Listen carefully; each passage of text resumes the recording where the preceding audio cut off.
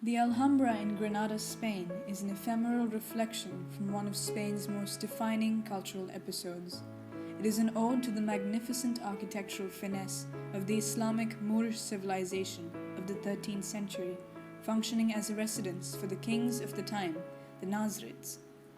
The Alhambra has actually played many roles in 13th century Islamic society. Created originally for military purposes, the Alhambra was a fortress, a palace, and a small Medina or a city all in one. This triple characteristic helps to explain many distinctive features of the monument.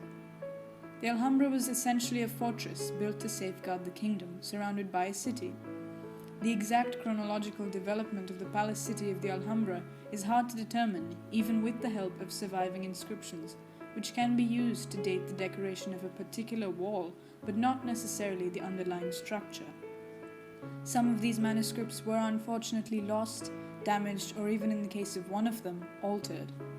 The palace city evolved very quickly, and by the beginning of the next century, the original 13th century complex, which included, in addition to the citadel, the royal cemetery, the Puerto del Vino, had already been demolished and remodeled.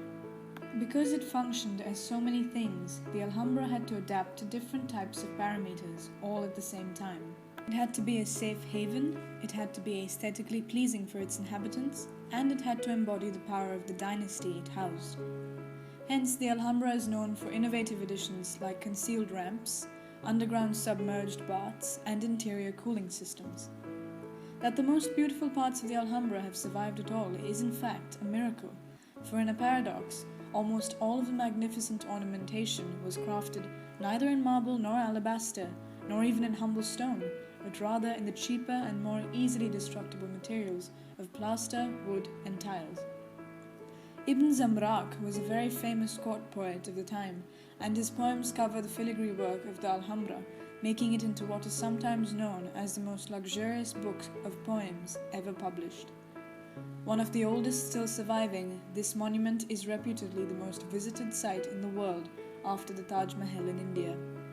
The Alhambra has come a long way, weathering the Islamic and then the Christian civilizations, followed by a period of dereliction and neglect.